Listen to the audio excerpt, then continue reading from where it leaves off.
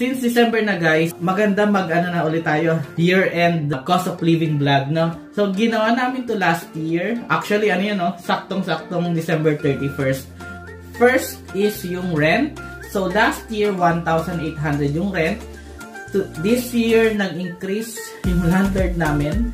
So nag-increase sila ng slight pero sobrang costly pa din. Ngayon ang monthly rent namin is hindi advisable na magstay ng more than 1 year or 2 years sa isang network provider. So yun, ang balak namin ngayon, next year babalik kami sa Balapon. Parang ganun. So para sa convenience namin, nag-stay muna kami sa Mr. Beanman. Hindi pa naman siya nag-increase. Pero sobrang bigat talaga ng batura. So medyo mabigat pa rin siya, lalo kung yung increase mo naman ng sahod mo. Hindi siya equivalent. Diba? Oo. Parang ganun. Oo. So yun yung medyo mabigat. Medyo mabigat kasi nga yung pa-outflow, padagdag sa outflow natin yun eh.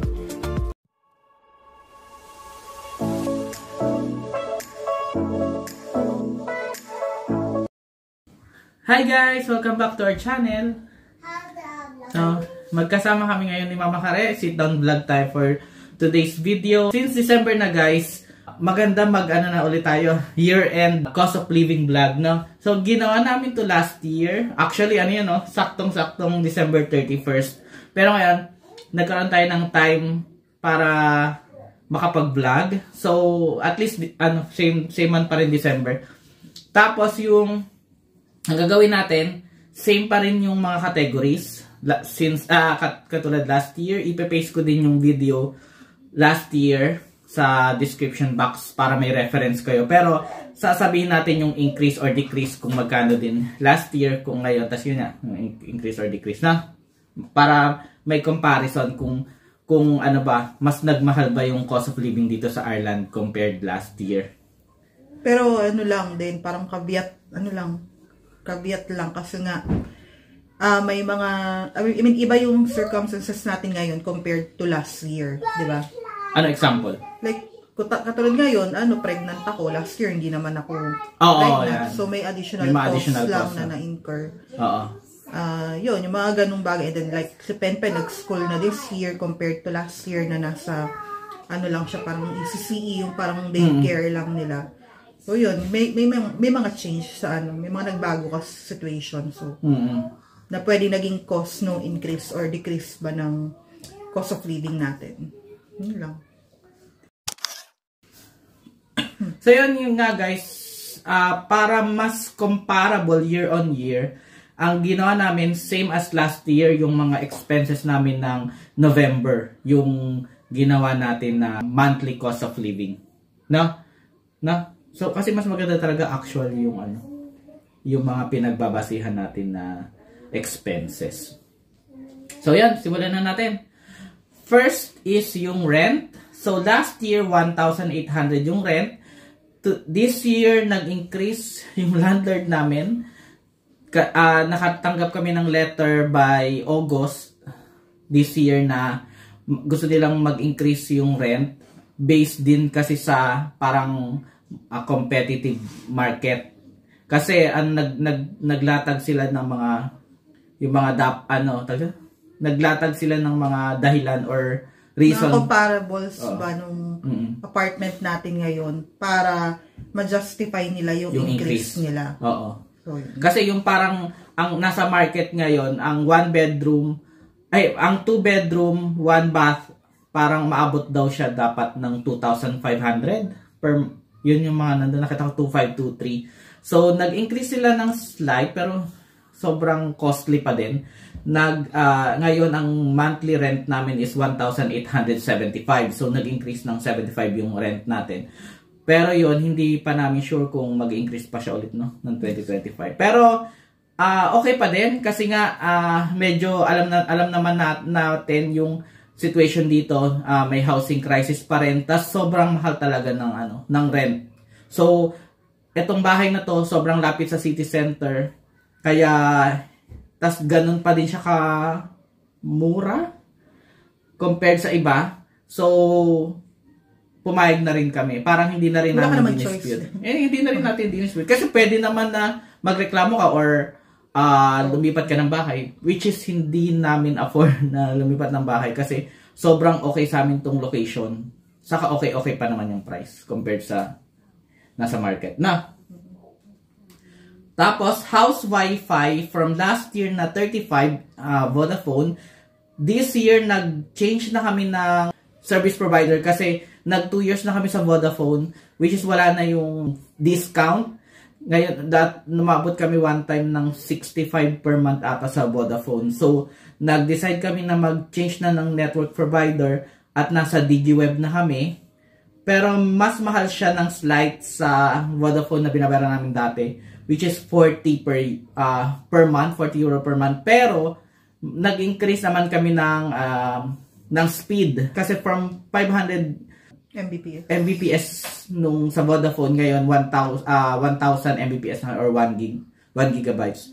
So, yun, kaya siya 40. Pero pwede rin kasi kami mag-opt ng 35 na 500. Pero para mas gusto ko ng mas mabilis na wifi ngayon. So, nag-40 kami.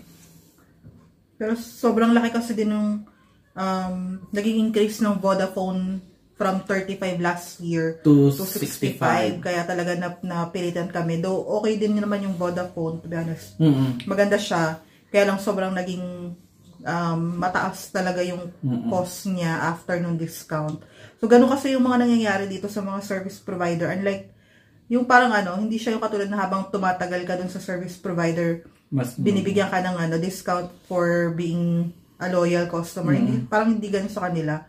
Parang mas cost-effective lumipat ng ibang service provider, even sa electricity. After mo makonsume yung discount. So, let's say, after a year, lipat ka sa iba, mag-check ka ng iba, kasi mas mababa yung ino-offer ng iba, and madali lang din naman yung processing nila ng paglipat. So, yun. Hindi advisable na magstay ng more than 1 year or 2 years sa isang network provider. So yun, ang balak namin ngayon, DigiWeb, next year babalik kami sa Vodafone. Parang ganon.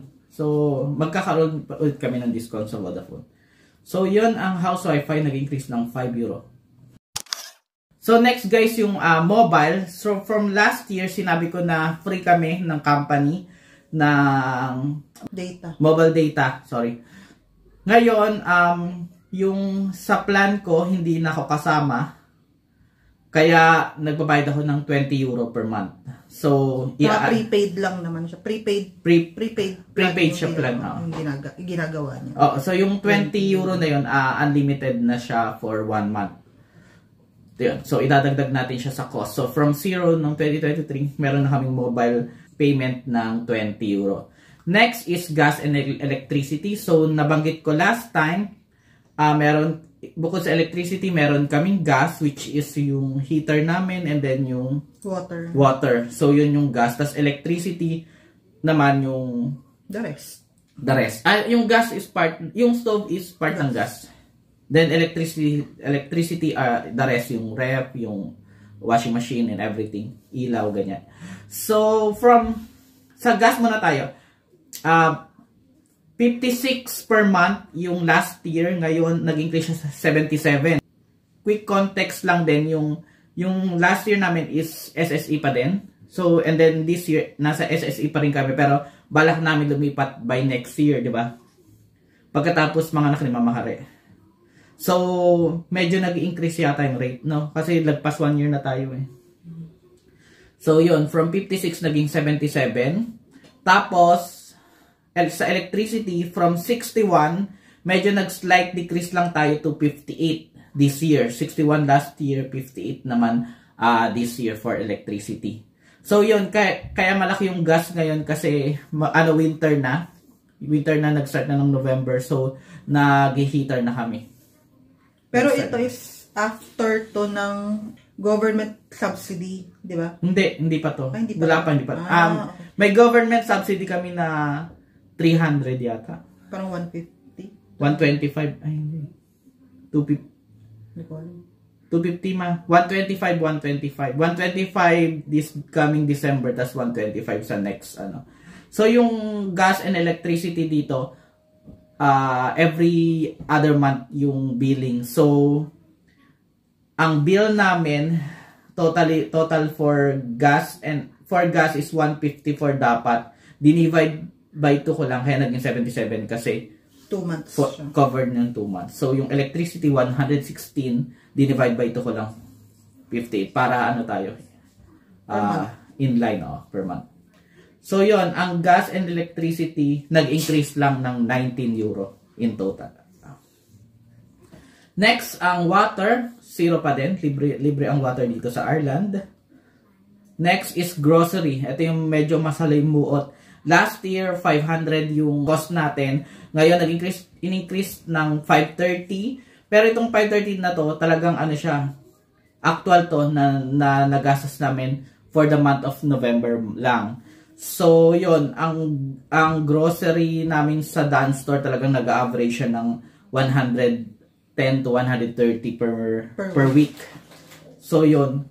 Kaya ano siya, medyo nag-increase siya. So more or less tumaas din talaga yung cost sa ng mga grocery sa Dan's, 'di ba? Yung mga item. Nagugulat na lang kami, ang parang konti nung nabili natin pero mababa tayo ng 100. Kasi dati parang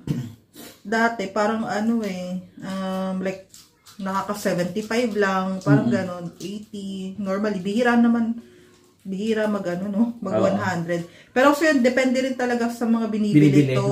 Kaya ang hirap din i-compare. Kaya ang ginawa lang namin dito, so kung ano yung actual. Pero hindi ko din kasi maalala kung itong 530 ba na to is na after na natin magtipid to dun sa grocery.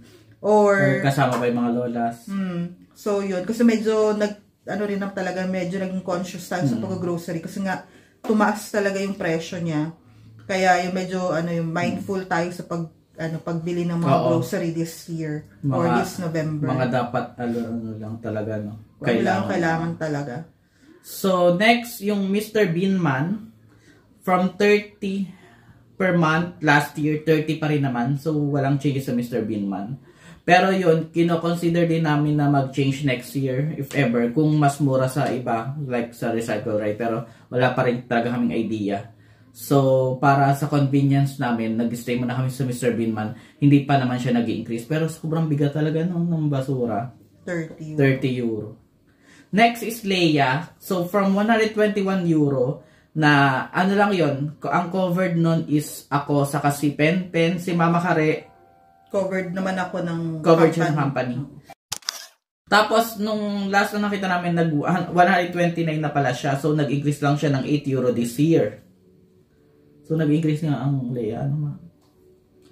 Next, dine out naman. So, yun, alam nyo naman na medyo mahilig talaga kaming mag-dine out, lalo na pag weekend. Kasi, ang hirap din talaga. Wala kaming masyadong activity pag weekend. So, parang bonding na din namin na mag-dine out.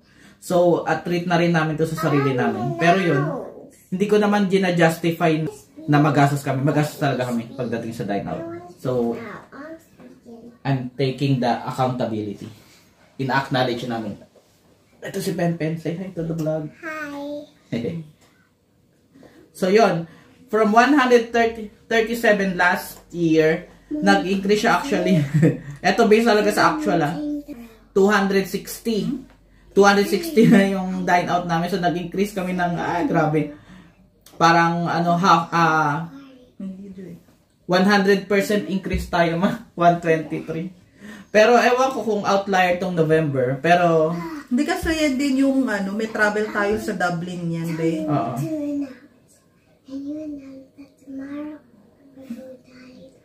Oh, you tell to the vlog, okay. You tell to the vlog.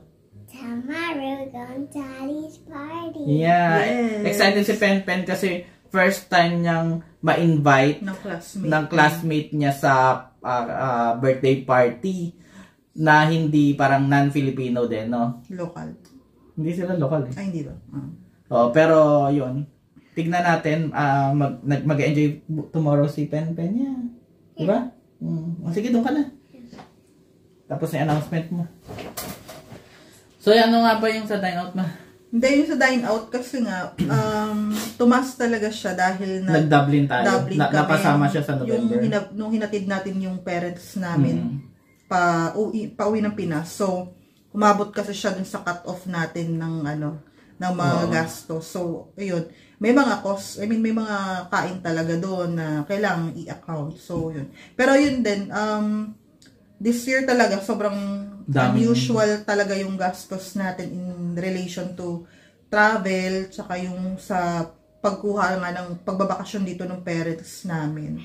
Yun talaga yung medyo mabigat, or yun, kakaiba talaga siya this year kasi talagang mabigat talaga. Medyo malaki yung binayaran natin sa mga travel na. May mga tinanggal na nga kami dito kasi hindi siya comparable talaga. Yung tinanggal namin yung pagkasama namin nagda-dine out yung mga lots. Tapos next, okay na tayo? So ayun yung pinakamalaking increase, 123 euro yung increase from last year. Next, leisure or shopping. Pinagsama na natin to. 561 euro last year. And this time, bumaba lang siya ng konti to 532. Year-on-year comparison, November to November. So, nag-decrease siya ng 29 euro. So, ang kasama dito sa leisure and shopping yung mga kasi, pag sinabi mong shopping, hindi siya talaga leisure lang eh. Minsan, may mga items diyan talaga na kailangan namin. Pero, meron din naman na items na once lang. So, para i-account lahat, inabot kami ng 532 euro. Included dyan yung, meron kami binabayaran na monthly na medyo mabigat. Yung, sasabihin mo yan? Yung Salad Master. Hindi na naman sabihin kung magkano. Pero yun, kasama siya dyan. Pero patapos naman na yun. Oo, patapos na. So, mababawasan siya. Tapos, binila namin ng mga shoes si Pen para sa school niya. Kasi, mabilis lumaki, di ba, pag bata? Mabilis lumaki yung size. So, kailangan niya agad bumili ng na mas malaki pang shoes or mas kasya sa kanya na shoes. Next, guys, yung transportation. So, yung last year, 40 euro. Ito yung mga topping namin ng Leap card for the buses and Uber, if ever. So, inabot kami ng 40 last year. Ngayon, 48 euro, which is parang on the same level lang naman. Medyo may outlier lang dito, parang may nag-Uber kami something. Pero yun. Pero ayun nga, hindi ko namin alam kasi in-expect natin na mas mababa kasi dati regular na nagbabas kami last year dahil malayo yung school ni Pen. Ngayon, puro lakad na lang. Pero sa yung Uber siguro yung nga din is yung mga travel natin, like yung paghahatid nga sa parents natin. So baka nakasama siya dyan. Kaya medyo tumaas siya. Hindi ko na sinama yun eh. May may inatin ng time party. Yung mga party talaga ganyan. Kailangan ko siya account. So, inabot tayong 48 euro. So, lang naman. Hindi ganun kabigat yung increase. Next, ito naman, since nga buntis si Mama Kare, pero in general din naman talaga wala tayong gastos eh. Kasi lahat ng check-up and everything, sagot ng gobyerno dito, lahat ng scanning, walang konting, kasi sa Pinas, diba, konting kembot mo lang magbabayad ka na, diba? So dito, halos lahat libre except yung gamot or yung mga vitamins ni Mama Kare. So merong iniinom si Mama Kare na vitamin. Ito, Pregnacare Plus. So, medyo mahal siya. Nasa 30. Max yung ginagamit ko. Ngayon bago lang to. Plus naman. Kasi hindi available yung Max. 30 euro per month. 30 euro siya. Tapos, parang 28 days consumption lang siya. So, monthly, nag-add kami ng 30 euro na gastos. So, from 0, 2023 ngayon, plus 30 na pharmacy. And then, next one is education. Ito, another one. Kasi last year, wala naman tayo binabayaran. Pero ngayon, may mga minimal tayong binabayaran like, si Pen ng books. Diba? Bumili ng books. Pero bumili naman ng siya, uniform. Mga optional naman, normally yung mga binabayaran sa school, like yung mga activity, parang, like yung nga book fair, pwede ka bumili ng books. So doon, nakamili si Pen ng book niya. Pero kasi for a good cause naman, diba? Hindi siya lahat pumapasok sa school. May mga contribution or donation siya to other charities. So, talagang nag-opt kami na mag-participate. Ano ba yan? So, ang nagastos namin for November for education ni Pen is 20 euro. So yun, meron tayong from 0 last year to 20 euro now. Ayun. So, ito na ang ano, Mama. Ano masasabi mo muna overall? Overall, in-expect naman natin na tumaas talaga yung cost natin compared to last year. Pero, ito nga is parang conservative na nga to. I mean, nagtitipid na rin talaga tayo dito. Kasi nga, parang in preparation for the baby, medyo conscious na tayo dito sa paggastos. Kaya, siguro hindi ganun kalaki yung increase, no? I mean, malaki pa din. Nasa 259 yung total increase natin compared to last year. So, medyo mabigat pa rin siya, lalo kung yung increase mo naman ng sahod mo. Hindi siya equivalent, di ba? Parang ganun. So, yun yung medyo mabigat. Medyo mabigat kasi nga, yung pa-outflow, padagdag sa outflow natin yan eh. And then, yun lang, wala pa dito yung mga cost natin sa Pinas, which is mabigat din. So, ito is purely dito lang to sa Ireland, di ba? Saka wala pa dito yung gastos natin sa mga gamit ni baby. Kasi ngayon pa lang tayo bumili ngayong December eh. So, yun. Hindi ko rin siya masabing part siya ng cost of living. Kasi, yeah. May mga, may mga one-off or one-time payment para kay baby. Hindi siya comparable kasi nga for family of 3 yung last year natin. So, dapat for family of 3 din yung kino-compare natin. So, next year iba na. For family of 4 na yung cost of living na titignan natin. Tignan natin. So, yun, nabanggit nga ni Mama Karen na 259 yung increase. So, ika-quantify natin siya. From last year na 3,341 euro cost of living here in Ireland only. Hindi kasama yung mga padala sa Pilipinas, mga gastos, mga mortgages. Now, nag-increase siya to 3,649 euro or 8% increase. So, yun, cost of living. Inflation, parang inflation increase siya 8%. So, kung i-convert natin sa Pilipinas, tinimes ko lang siya sa 60,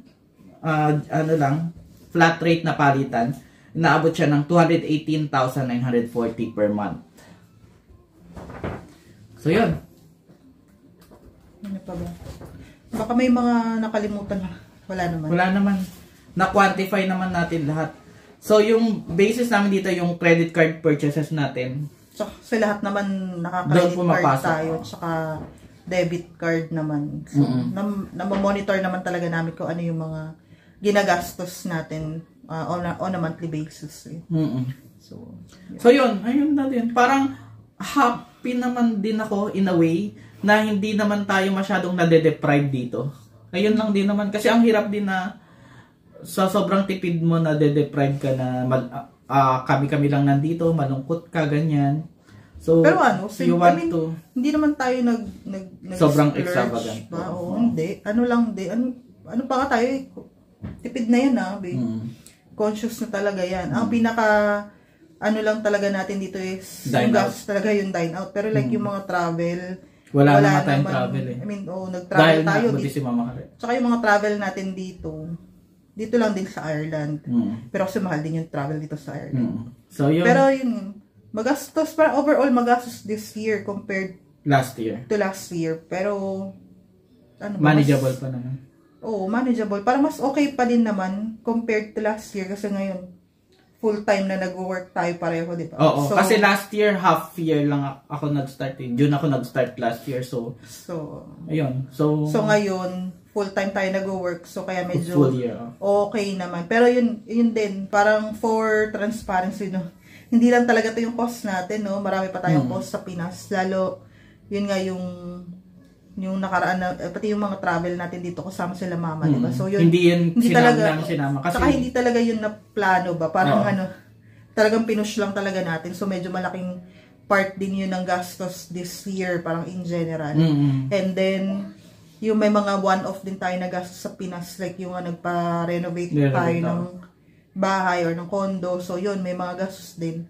Kaya medyo mabigat. Kaya in terms of, pag tinignan mo siguro siya sa savings, hindi ganun kalaki. No? Hindi ganun. Siguro maganda next, topic mo yun, be. Tingnan about savings mo. About, yung pag-iipon. Magkano na save? hindi naman magkano na save. I mean, kung may na-save. Kung may nasa-save ba dito sa Ireland. Kasi medyo mabigat talaga din yung cost of living natin dito. Yeah. So, yun. Yun na yung for 2024 cost of living. So, sana nakatulong tong video na to para makapag, may idea na kayo paano mag-budget or kung ano talaga yung mga nangyayari dito. Tsaka hindi, baka baka may mga may suggestion din sila. Comment lang kayo. Baka may alam kayo ng mga service provider na mas mura pala sa mga ginagamit natin currently. Yun, baka makatulong din sa atin na mas makasave pa tayo. Yun, babay na muna tayo. Medyo mahaba na yung vlog. So, yun guys, today is December 14th. Malapit na magpasko. Merry Christmas dyan sa Pinas and then here in Ireland. So, wala mo nang uwian kasi walang ipo. Hindi, dahil kay baby. Hindi naman makatravel si mama. Malapit na si mama, week 35 na kami. So, yun, kapit na lang baby, kapit pa ng konti. Yun, so, please subscribe to our channel and palike din sa Facebook, pa-follow. And then yun. Thank you for watching. Bye!